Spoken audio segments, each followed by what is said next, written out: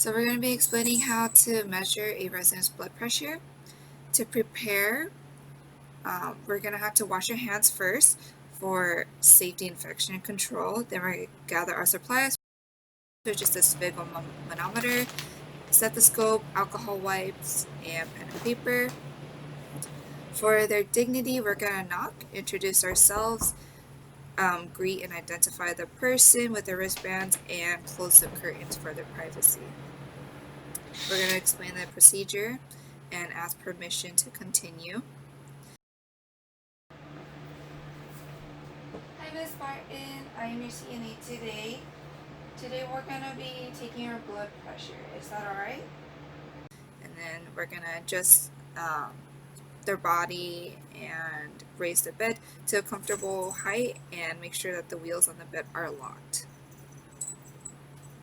Mrs. Spartan here is very dependent. She needs assistance with lifting and walking around, so we're gonna just let her lie on her back, the supine position, and then we're gonna clean the earpieces and the stethoscope with the alcohol wipes, throw it away, and then turn the screw, if there was one, and squeeze out all the air out of the cuff for their safety, and then adjust the gown so then you can expose their upper arm. Then we're going to locate the person's brachial pulse on the inside of the elbow like it did here, and then we're going to place the cuff on their arm, and then they should have an arrow that shows you where you should place it, and it should be on the brachial artery.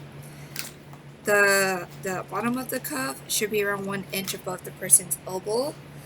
This is for their comfort, and then wrap the cuff around the person's arm and make sure it's snug so it can stay in place, but make sure it's not too tight because once you pump everything up, it's going to be too tight. And then we're finally going to put the earpieces in our on, and then place it over the person's brachial pulse, and then we're going to screw the we're going to turn the screw to the right to tighten it up, and then start pumping all the way to 160 to 180, and then deflate it. And at this point, we have to make sure it deflates slowly and listen for the pulse to die out. And once it disappears, we record the initial number, which is when it started to pulse, and then the last number, which is when it disappeared. Afterwards, we're gonna remember the numbers and then continue to let the air out slowly. And then afterwards, we're gonna write down their name, the time, the blood pressure measurement, and remove the cuff.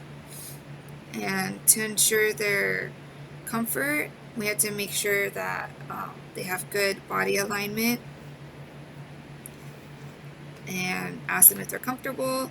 Adjust the equipment, so lower the bed, make sure the wheels are locked, raise the rails, make sure that the call light is within their reach, and then clean up the area, wash hands, and